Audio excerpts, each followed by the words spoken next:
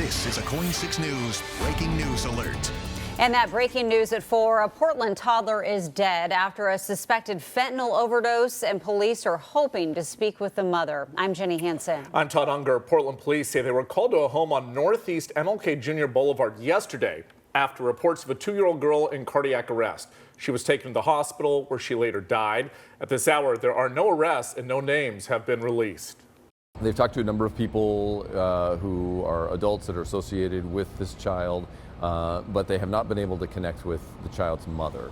And so that is our ask right now, is for the mother to come forward and talk to us about what happened. Now, according to Portland police, 210 overdoses have been reported since the beginning of the year. 5 of them include children. Last year, there were more than 300 ODs. 9 of those involved kids. Well, a suspected kidnapper now hospitalized after being shot by Salem police early this morning. They say the man was armed with a knife when 2 of their officers opened fire. We do have a crew on the scene in Northwest Salem. Joelle Jones joining us live with new details. Joelle?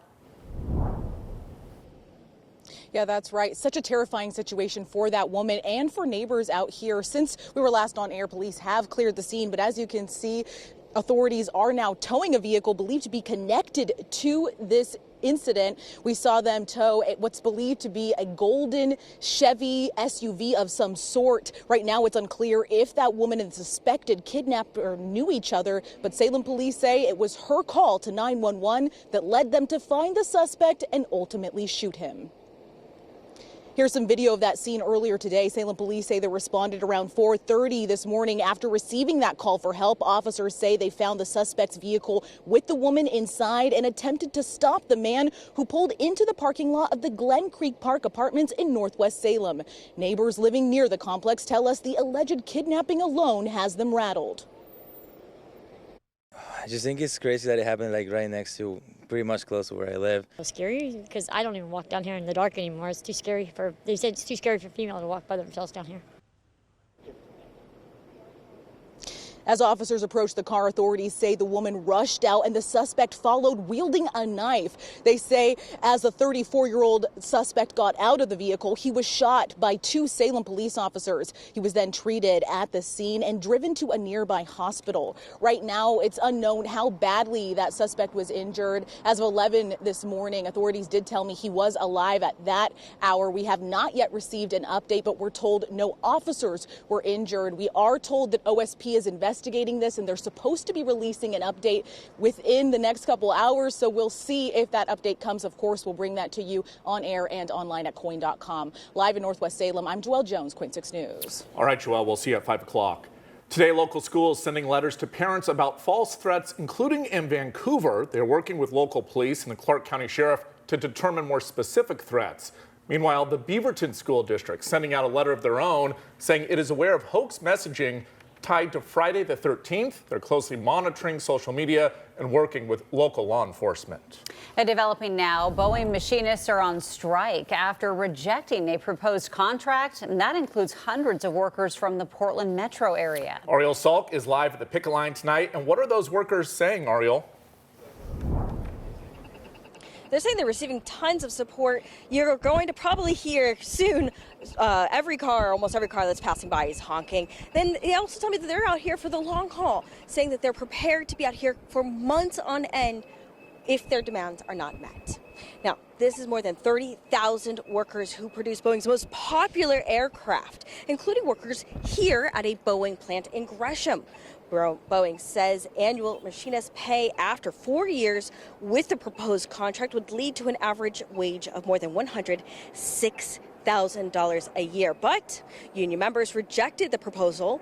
Union leaders tell me the top 5 priorities in this negotiations are better wages, stronger retirement, better health care with a reduced cost, more time off, which would equate to better work-life balance, job security.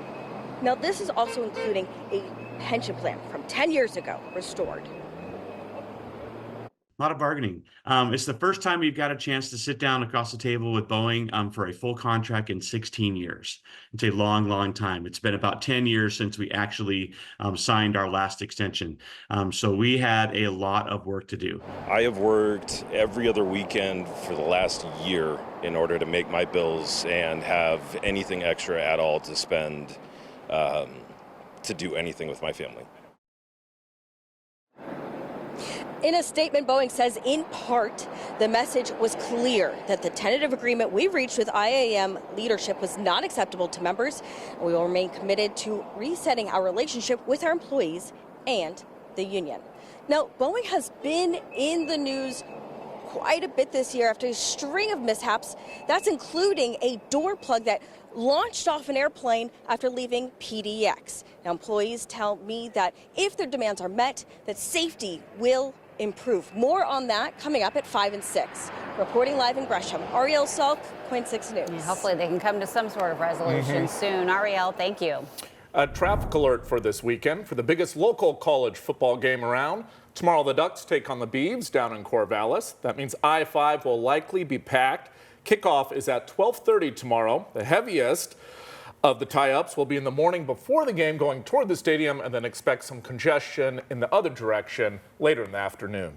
New at 4, we found out Mount Bachelor plans to reopen tomorrow. It has been closed this week because of nearby wildfires. Now, the Bachelor complex made up of about 30 wildfires burning in Deschutes. As of an hour ago, Mount Bachelor officials say evacuation notices are in the process of being lifted. That's some good news. Yes. Josh, I know Sun River also under a little bit of a threat earlier in the week, too. Yeah, but thankfully the weather has really kind of cooperated, given the fire crews the upper hand. So that positive trend is going to take us into the weekend as wet weather is taking aim at the Pacific Northwest once more. A live look right now at the top of Mount Bachelor, where you can see the Sisters Peaks. They're off in the distance as the hazy conditions do remain. But as far as that fire threat goes right now, on the low end of things, but expected to increase out towards the southeast corner of our state for tomorrow afternoon and evening, and just the same far east of the Columbia River Gorge. So still need to stay on high alert as we prepare for our next batch of clouds to roll its way in later tonight. Staying dry, though, until about tomorrow morning. That's where we see our next round of rain already starting to impact parts of western Washington, but again, not impacting our forecasting area until tomorrow. Now, over the next 6 to 10 days, we're expecting to actually start to dry things out here across the Pacific Northwest, as our temperatures have an equal chance of being above or below the average. So that puts us in the sweet spot of the conditions that we would typically see in the month of September. So coming up in my extended forecast, we're going to be breaking down exactly what those impacts are with the rain showers this weekend for any outdoor activities you might have planned in just a few minutes. Josh, thank you. New at 4, a river otter attacked a child in Kitsap County. Now, the Washington Department of Fish and Wildlife says a mother and child were walking along the Bremerton Marina dock yesterday morning. That's when an otter pulled the child into the water. That child was bitten and scratched. The otter also bit the mother when she pulled the child from the water. Wildlife officials are now working to trap and test the otters in that area. A person was rescued this morning after a car crashed into a river near Sauvie Island. When crews arrived, they found the driver in shallow water and helped him get back onto land. A dog was also in the car but not hurt. Well, a maintenance worker had to be rescued after falling off the I-5 bridge at Lewis River this morning. Clark Cowlitz Fire Rescue says that worker is recovering in a hospital, and crews want to remind drivers to slow down and move over for workers on the roadways. The developers behind a proposed venue operated by Live Nation defend their project, and the head of the Portland Police Association weighing in on body cam footage from a recent officer-involved shooting. Ken Boddy with a preview of this Sunday's Eye on Northwest Politics. Portland police launched their body-worn camera program in June, and this week they released the first body cam footage when an officer shot and wounded an armed man in North Portland. That suspect, identified as 52-year-old Robert Seeger, was arrested. Police say he had a gun, a knife, and a hammer.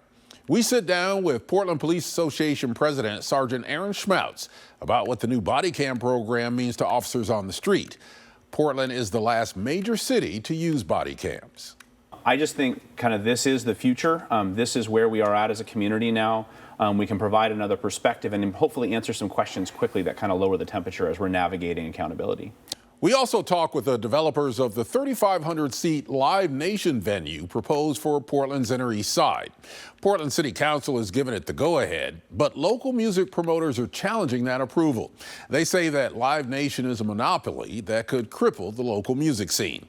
Jonathan Malson of Beam Development and Andrew Colas of Colas Construction make their case for the Live Nation project, and they say it will actually enhance Portland's musical landscape. We want to maximize the number of artists that can come to this region, perform, put on shows, and really add to the economic benefit of our city.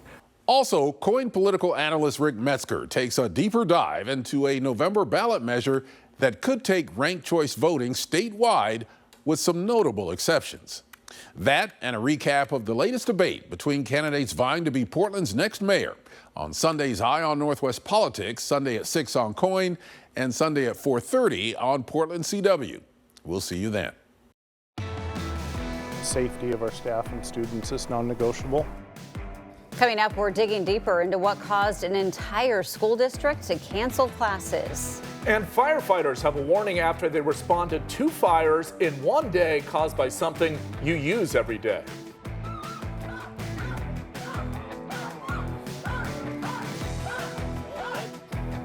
How Washington authorities caught a naked suspect on the run.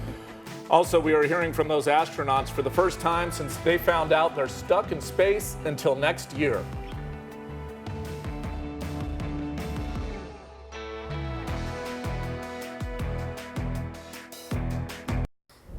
A suspect is in custody following a threat that led all of the schools in Sweet Home and the school district there to close. Now, we are hearing from police and parents about the threats. Ariel Yakabazi digging deeper into those concerns. My first thoughts were get my boys safe. School's out for Sweet Home School District kids after a young man who I'm told doesn't go to any Sweet Home schools posted a video on social media. The concern from the social media post was there was a picture of a juvenile with a firearm and made some kind of reference that included the Sweet Home High School. And so that definitely put us on high alert. A Sweet Home student saw the video, brought the video to their parents' attention, who told the district. Then Sweet Home police were also alerted. There's consequences for, posting these kinds of things online. As we all know, there are terrible things that have happened around our nation regarding things like this. And so, we have to take it seriously. One parent says their first thought was to make sure their kids were safe. I'm sure the young person making the threats needs help, probably needs a hug or, Safety of our staff and students is non-negotiable. Sweet Home School District Superintendent Terry Martin responding Thursday before the young suspect was finally arrested. This doesn't represent Sweet Home. This is happening all across our country, unfortunately. Sweet Home is a great spot to be each and every day. We have incredibly hardworking staff, supportive parents, supportive community. That's one of the good things about living in a small town. Ariel Yakabazi, Coin 6 News. Well, a Camas City Council member is accused of pointing a handgun at a fisherman. This happened almost 2 weeks ago, just before 8 a.m. on August 31st. They say 66-year-old John Florich got into an argument with a fisherman while he was walking past them on a footbridge. Police say he eventually threw a rock at them before walking down and then pulling out a handgun, pointing it at the fisherman. Well, he was arrested today, charged with reckless endangerment and aiming a firearm. Nearly a dozen people are out of their homes after 2 lithium-ion battery fires. Both of these happened yesterday. Portland Fire says 3 people are displaced in Southwest and 8 in Southeast after an e-scooter and an e-bike caught fire. Lithium batteries are common in phones, laptop, computers, toys, and other tools. Crews say it's important to keep those items away from other items that can easily catch fire. Hey, dude, come out of there right now or you're going to get bit by a dog. He's in this garbage can.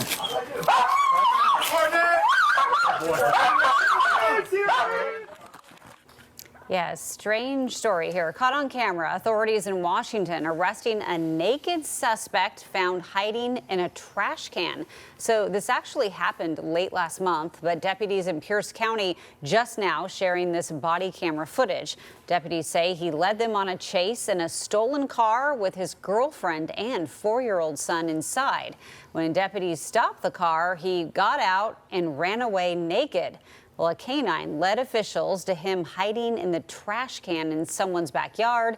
He was taken into custody. Today, we are hearing from those astronauts stuck in space after NASA announced they would remain on the International Space Station until February. Originally, this was billed as an 8-day mission on the Boeing Starliner back in June, but problems with the spacecraft prevented the pair from returning to Earth until they can catch a ride on a SpaceX capsule in February. This is my happy place. I love being up here in space. It's just fun. You know, every day you do something that's work, quote unquote. You can do it upside down. You can do it sideways. So it adds a little different perspective. But to 8 days to 8 months or 9 months or 10 months, whatever it is, we're going to do the very best job we can do every single day, because that's what the folks that do this type of job have to do. You have to have that mindset, because it is not an easy business. Now, the physical Starliner returned to Earth last week, obviously without the crew. The astronauts say they're working out to stay healthy and logging their adventures in journals. And you were saying, you know, it would be hard if you didn't get along with your coworker. They seem to get along. And Yeah. they seem do. like they're They do. fine. Yeah, he seems like he's the little, jokester in there. Yeah. I mean, 8 months with you guys in space, it'd be a lot. It would be a lot. I mean, I would be fine. You can easily throw us out. Right. No, it would be great. It'd be a great time. It would. No people I'd rather be stuck in space with. Right. Aw, okay. All right.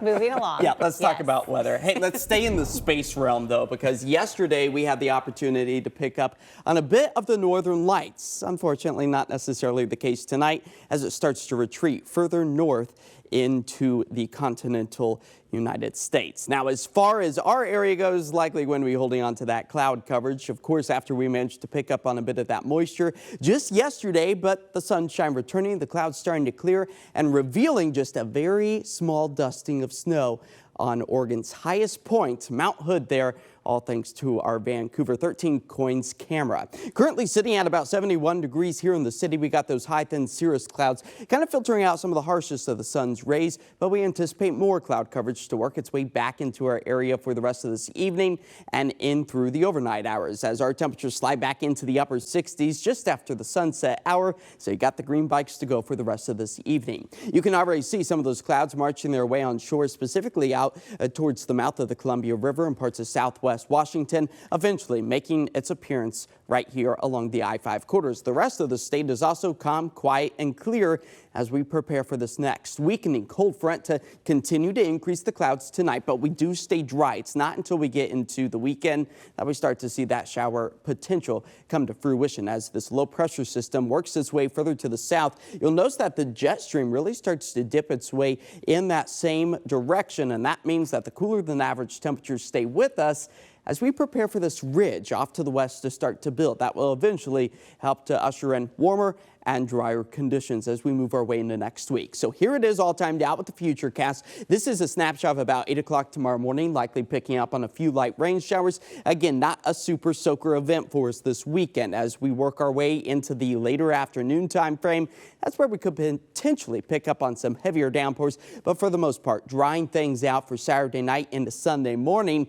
And then it's the coastal spots and the coast range that will likely see the better chance for the wet weather, struggling to make its way into the Willamette Valley or over the Cascades for us on Sunday, but maybe a stray raindrop or two is possible. Filling up our rain gauges anywhere from a couple of 1/100ths of an inch to maybe a 1/10 of an inch right here in the Rose City and out along the coast. This is just perfect football-like weather for the big Ducks versus Beavers game out at Reser Stadium at 12:30 tomorrow. Again, maybe a light rain shower or two, so get all of your college gear that keeps you dry ready to go for tomorrow afternoon. That's not our only potential to see the wet weather. Tuesday, likely going to be a super soaker event for us. We like to see this. It helps reduce the wildfire threat and also makes it feel a little bit more like the fall season. Just look at Tuesday's daytime high as we anticipate the brunt of our latest fronts to swing through 63. Then we gradually warm things back up into the 70s. Tonight here in the city, increasing clouds, temperatures falling to the upper 50s. Tomorrow, only making it up into the mid 70s, but quite comfortable for many of us, as our 7-day forecast does depict that shower potential alive and well this weekend. But again, not a washer. If you got those outdoor activities planned, I do not think you need to reschedule them. Just be prepared for those light raindrops, as 63 is that cool daytime high for Tuesday, drying things out and slowly warming things back up to the mid 70s by the end of next week. My favorite time of the year. Me too. Get a little bit of everything for everyone. Thanks, Josh. Yeah. All right, coming up, Justin Timberlake with a message for fans after pleading guilty. And how Apple is now helping people who suffer from hearing loss. Plus, what a new survey says about whether people are getting vaccinated or not.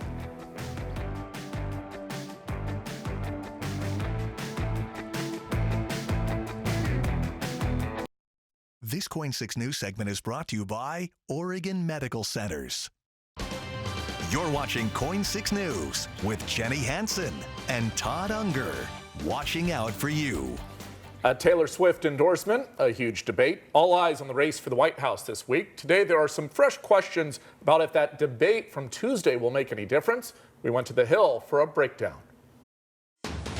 Alex, the big debate back on Tuesday night, that's the political talker of the week. How will this play out long term, do you think? Will there be a big shift here? Yeah, that's the big question is, are we going to see a big shift in polling? Are we going to see Harris pull ahead of Trump in some of these battleground state polling? Or is this just a big moment? She had a good night, but it's still going to be a neck and neck race. And I think strategists have considered this a close race that's going to come down to the margins when Biden was at the top of the ticket, now with Harris at the top of the ticket, and that a night like this is not something to claim a victory over. Yes, she had a good performance. She was sharp and measured, and maybe former President Trump said some things that were a bit off message and didn't resonate with all voters. But polling will give us a true read on this. But I'm definitely hearing some folks be weary of claiming victory and instead saying this is still going to be a tied race going into November. And the next few weeks are still going to show that they're very, very close.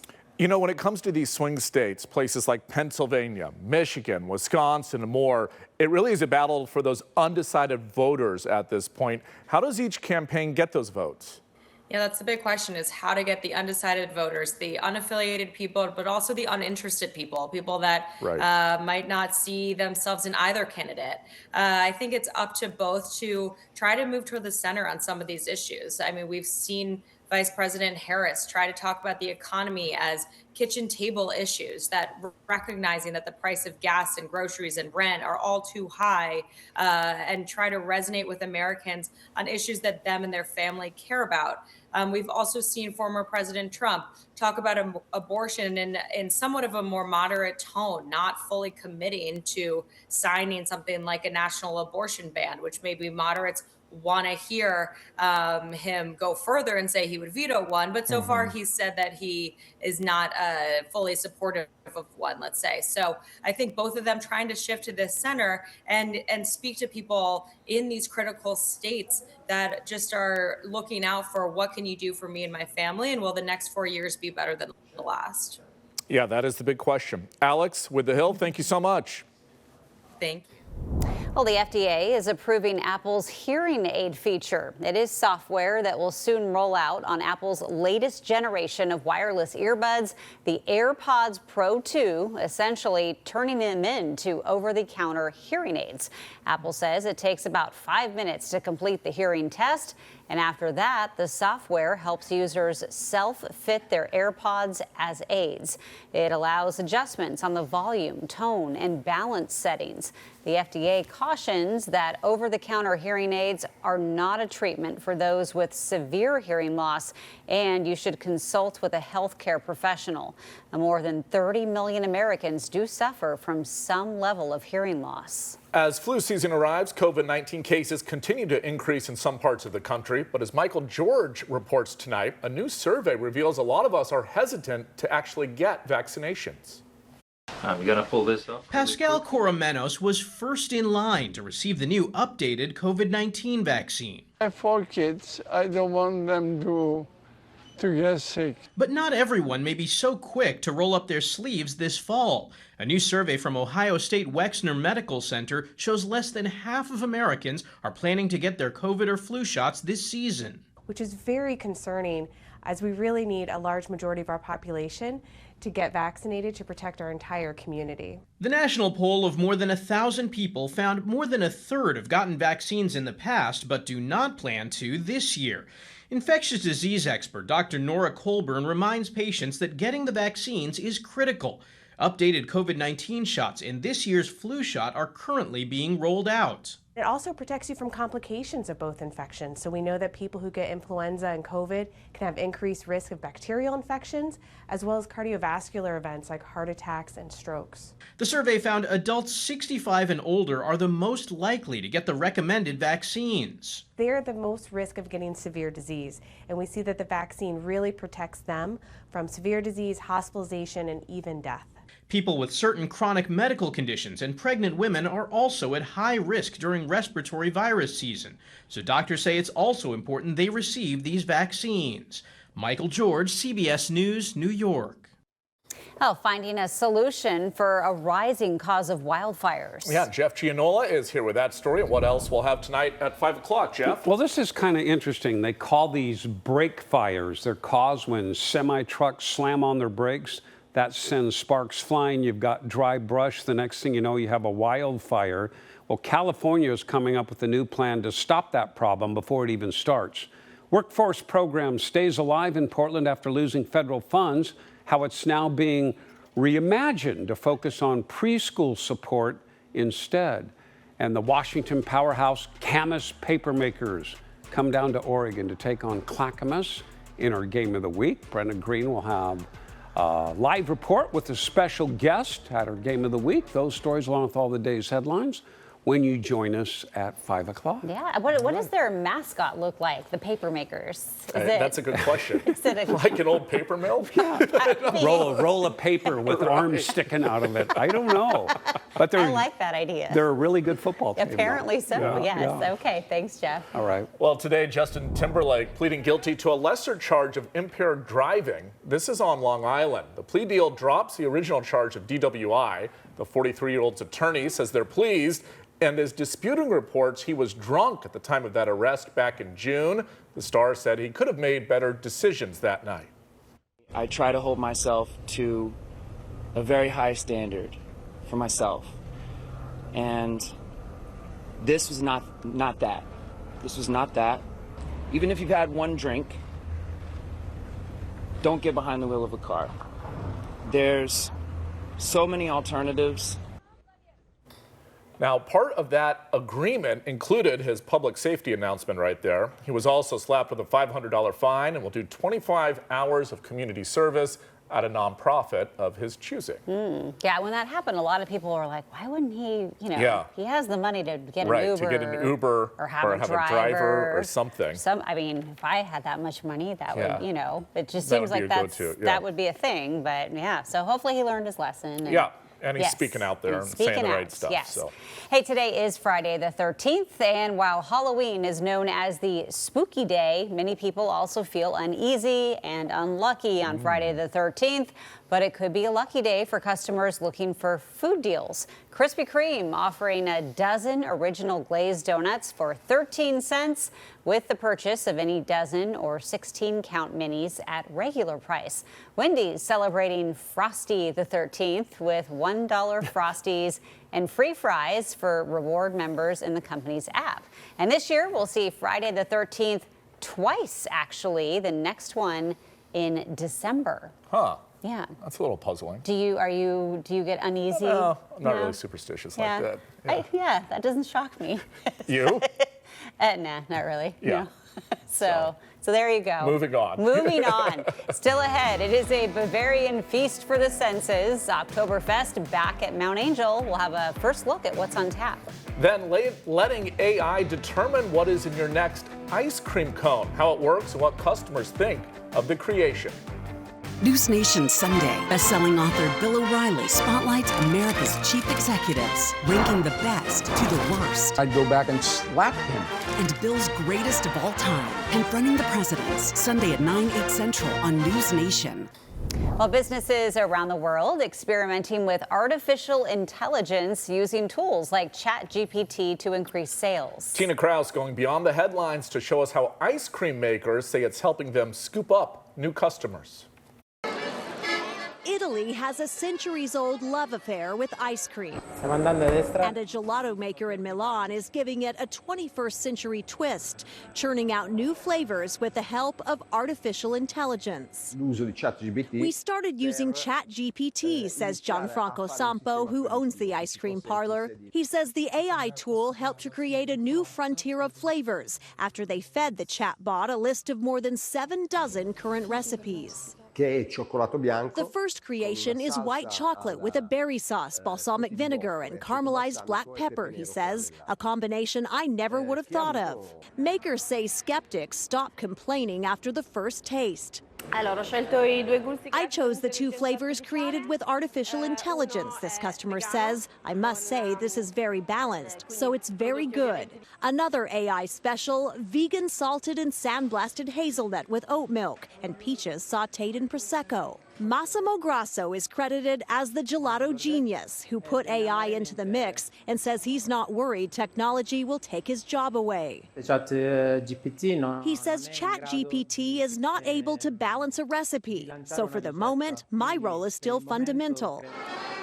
And chatbots can't eat it either, and that's sweet news for customers.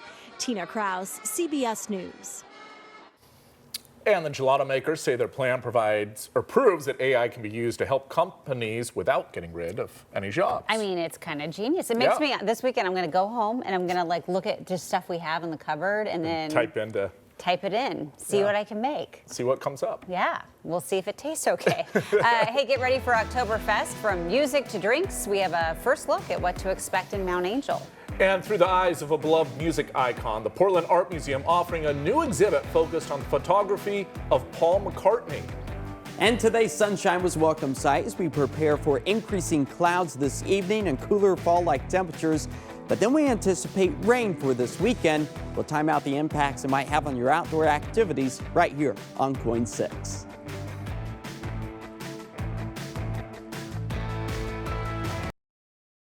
I'm humbled to be recognized.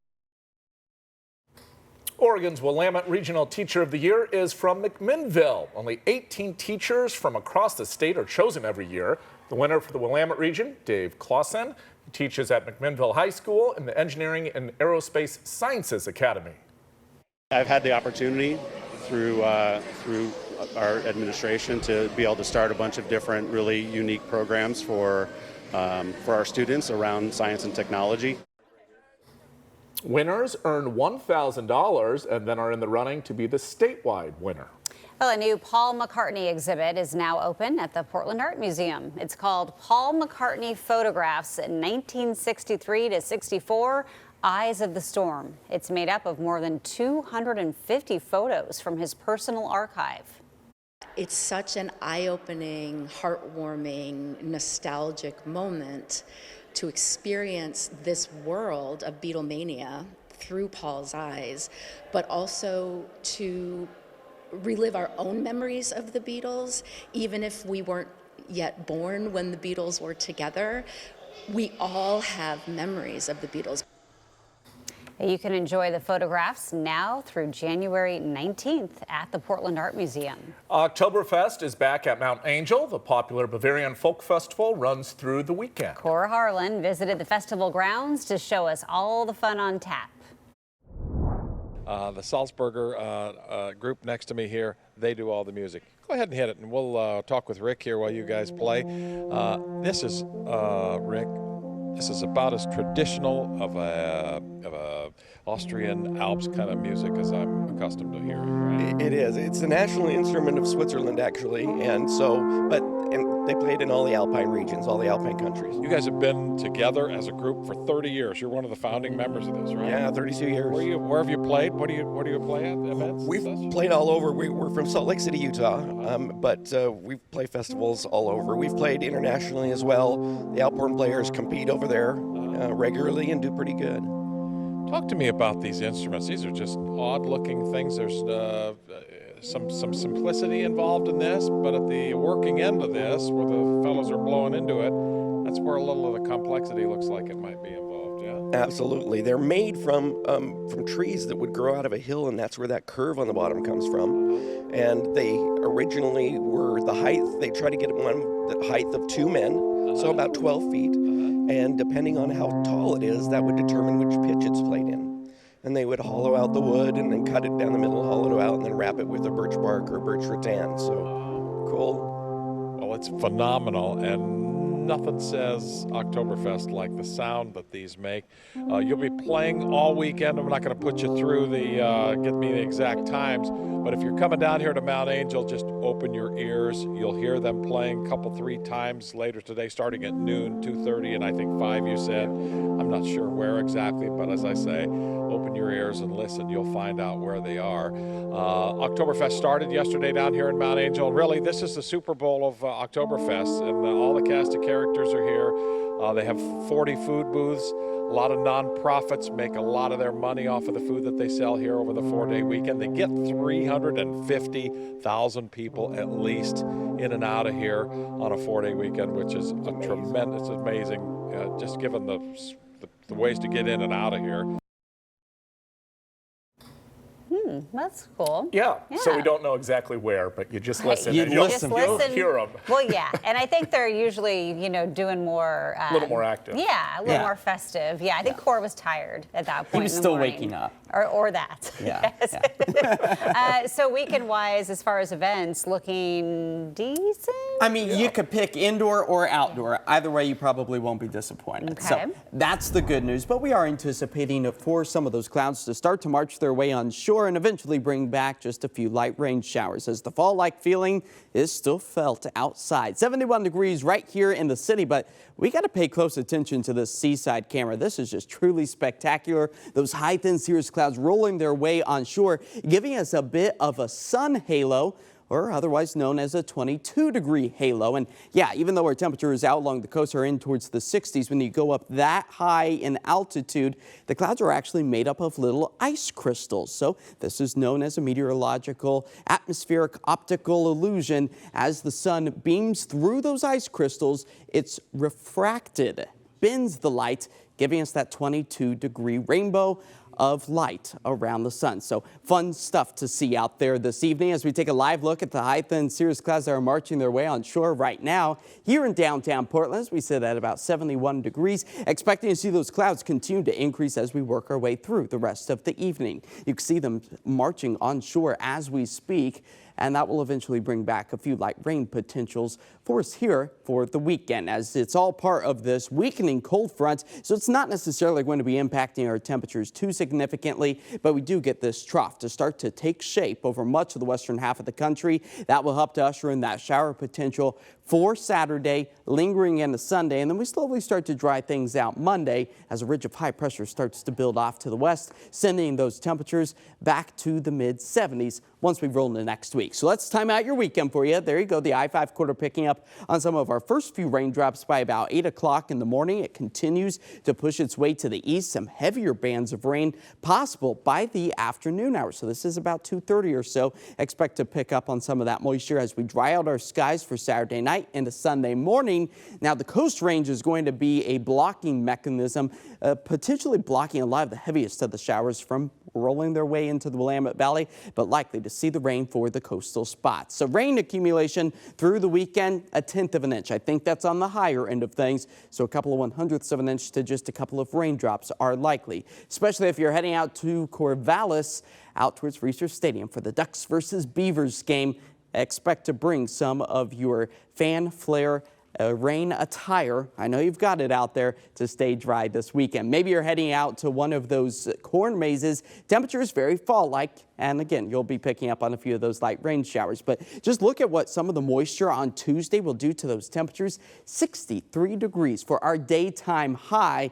But for tonight, we fall back into the upper 50s with the increasing clouds. Here's what's on tap for the coast tomorrow. Low to mid 60s. It will likely be on the wetter side of things. As we move our way to the I-5 corridor, mid 70s. Again, a few rain showers in the morning and then again in the afternoon. Increasing clouds out towards the east and the high terrain of the Cascades. Only 58 degrees for our high in places like Government Camp. 7-day forecast. That rain potential stays with us through Sunday. Drier and sunnier on Monday as we warm back up into the mid 70s. We cool things back as another system rolls its way onshore, increasing that rain potential with again a daytime high of 63 degrees.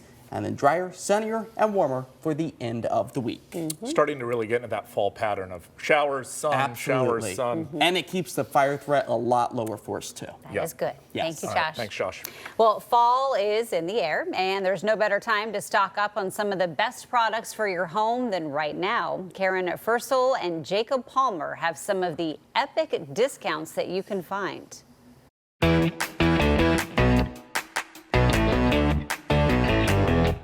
Hi, I'm Karen Fursel, and this is Jacob Palmer, and we are here from bestreviews.com. Take out your phone right now, scan that QR code. We have some great deals. We're ready to scan, shop, and save.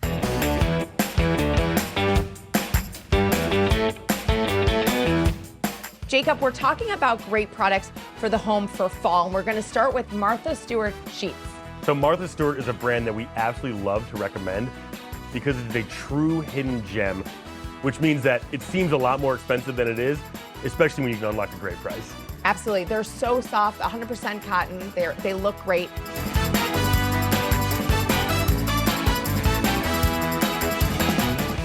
The next category we have is the candle category with Yankee Candle. This is a staple in any home, especially for fall. And it's a brand name that people recognize, especially this time of year when they want to get a little bit cozier in the house. And so we absolutely love to recommend these because there's little things you can always add that makes that home experience just that much better. When I walk into my house and it smells like apple pie, it's delicious.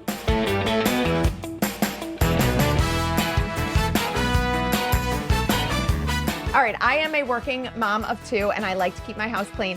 Tell us a little bit about the Bissell Cleaner. So the Bissell Little Green is an absolute darling in the Best Reviews testing lab because simply it works. It's easy to move around because you can see it's not that big, but it's also powerful enough to clean up after your kids or your pets and make sure your carpet and upholstery look great. It sounds so great.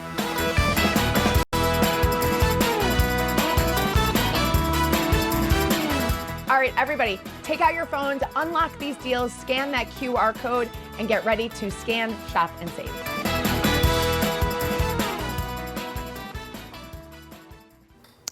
Best Reviews is owned by our parent company, Nexstar. To find out more about the products and where to buy them, look for the Marketplace tab on our website, coin.com. Up next, a string of concussions threatening the health of an NFL quarterback, what the future could hold for Miami's QB when we return. On this Friday night, with 53 days before the election, we break down the candidates' proposals to bolster the child tax credit. See how Kamala Harris and Donald Trump's proposals are different and what they could mean for your family and finances. Those headlines and much more on the CBS Evening News. For the third time in 3 seasons, a concussion threatening the future of Miami's quarterback. Yeah, some say it is a sign that he should retire to avoid future damage. Nate Burleson goes beyond the headlines. What began as an attempt by Dolphins quarterback Tua Tagovailoa to pick up a first down. Tua steps up, he's going to run for the first down and takes a shot at the 6-yard line. Ended with him laying on the field stunned after colliding headfirst into the body of Bills safety Damar Hamlin. The 26-year-old remained down for several minutes but ultimately walked off the field and exited the game under his own power. Less than 10 minutes later, the Dolphins confirmed he had suffered a concussion. Neuroscientist Chris Nowinski is the CEO of the Concussion Legacy Foundation. His head jerked violently to the side, and when he went to the ground, he was showing what's called the fencing posture, which means he was unconscious and he basically a deep reflex in the brain causes one of his arms to go straight, and his fist was balled up, which is a sign of a more severe concussion. Last night's concussion is just the latest of a string of concerning injuries Tagovailoa has suffered in recent seasons. In September of 2022, Tua hit the back of his head on the ground and then appeared disoriented when he got up. But he was controversially cleared in what was described as a back injury to return in the second half. 4 days later, he hit his head again, laying briefly unconscious, and was then diagnosed with a concussion. He set out for 2 games before returning, and then on Christmas Day, he suffered a second concussion. Head coach Mike McDaniel says Tua will get a procedural evaluation today. And when asked about his return this time, the furthest thing from my mind is, what is the timeline? I want to know. We just need to evaluate. I'm just worried about my teammate, and like the rest of the guys are. Nate Burleson, CBS News. All right, well, that does it for us at 4 o'clock. We will see you back here on Monday. Now here are Jeff and Liz with your 5 o'clock.